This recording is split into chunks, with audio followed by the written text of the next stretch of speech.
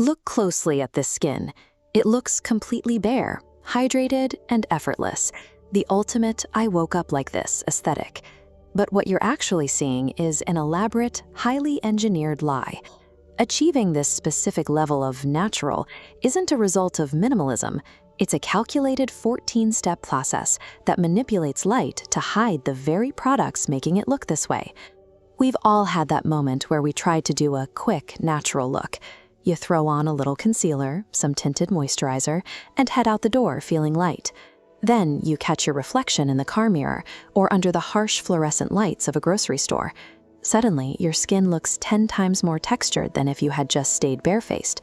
The product settles into fine lines, leaving the skin looking intensely dry, cakey, and undeniably done.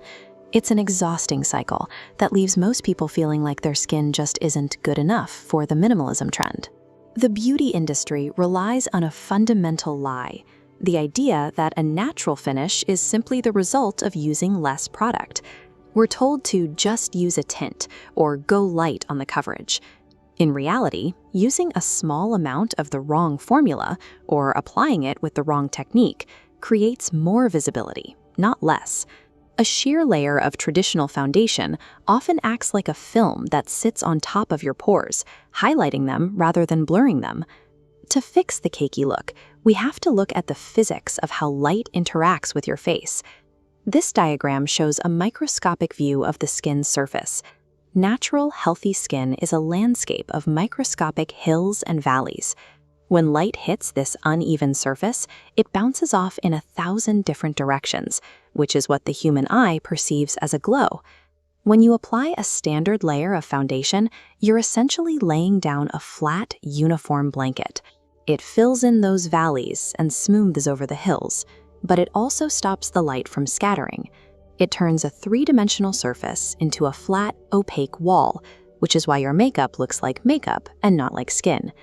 Creating a convincing natural look requires us to stop trying to cover the skin and start trying to mimic its optical properties.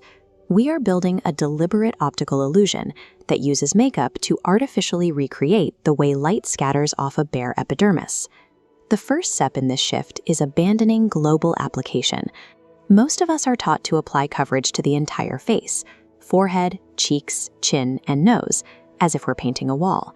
This is the fastest way to lose the skin's natural texture. Instead, we're moving towards localized precision, only placing pigment where it is physically required to balance the tone. This is the concept of micro-concealing.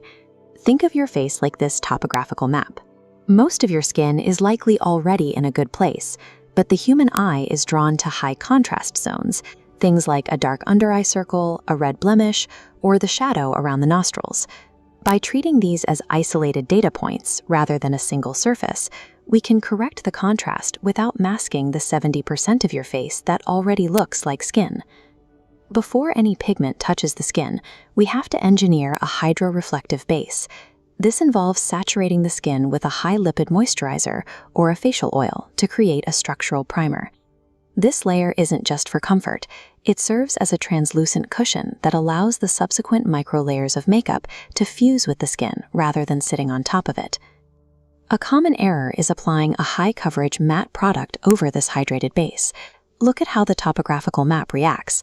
A matte formula absorbs the light we've just tried to reflect. It expands aggressively beyond the blemish or the dark circle, turning into a flat, opaque patch that destroys the reflective illusion. The goal is to keep those correction points as small and as wet in appearance as possible. To maintain that hydration, you must press sheer, high-pigment liquids into those specific microzones using a tiny pointed brush or a fingertip. We are avoiding any dragging or swiping motions, which would disturb the reflective base we built in the previous step. You are essentially tinting the shadows rather than covering them. This localized approach relies on a psychological loophole. When an observer sees your natural pores and freckles on your cheeks and forehead, their brain generalizes that real skin texture to the rest of your face. Even if your under eyes are heavily corrected, the presence of real texture elsewhere tricks the viewer into assuming the entire face is unretouched. Once the skin tone is balanced, we face a new problem: the flat face. When you remove all the redness and darkness from a face, you also remove the shadows that define your bone structure. This uniform color looks uncanny to the human brain because it lacks the natural depth we expect to see in a living being. We have to remember that shadows and flushed areas are biological signals of vitality. A face with no color variation looks static, almost like a mannequin. To look convincingly natural, we have to put back the depth that we just accidentally erased. This 3D wireframe shows how we artificially restore that depth.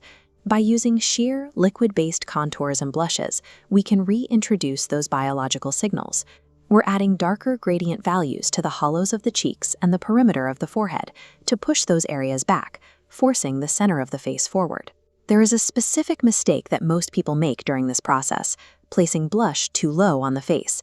If you apply color to the apples of your cheeks while smiling, that color drops when your face relaxes. This functionally drags the entire facial geometry downward, making the skin look saggy and the makeup look obvious. Instead, we use a viral technique of upward, temple-focused placement. Look at the wireframe now. By shifting those color gradients higher and further back toward the ears, we create an elevated vector path.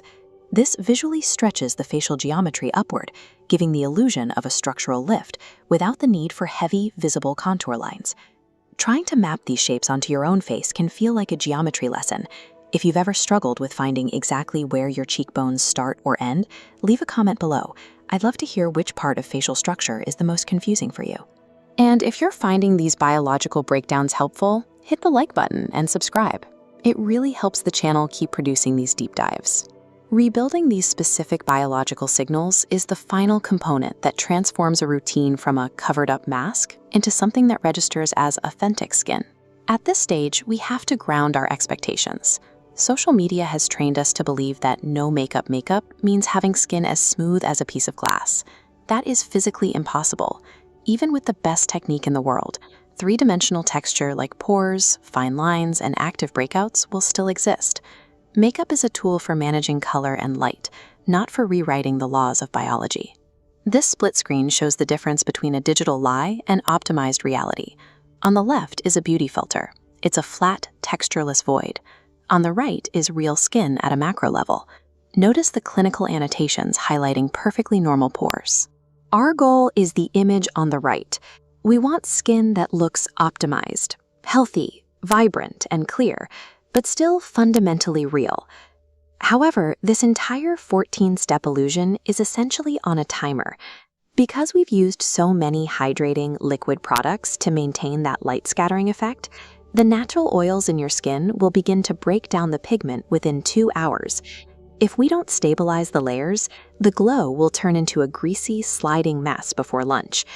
To prevent this, we use a technique that rejects the standard practice of baking with heavy powders.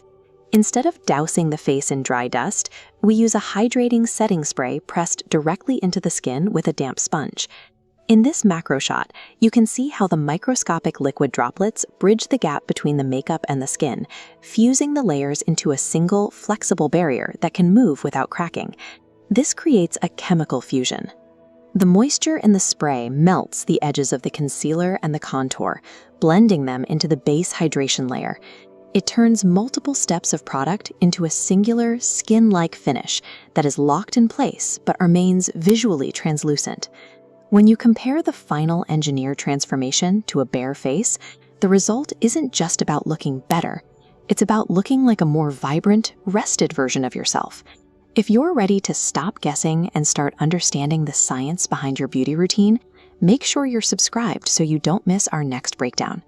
Mastering the no makeup look means reclaiming total control over your natural baseline. It is the ability to walk into any lighting, from a car mirror to a sunset, with the confidence that your skin looks authentic. You aren't just hiding flaws, you are weaponizing effortlessness as a calculated intellectual skill.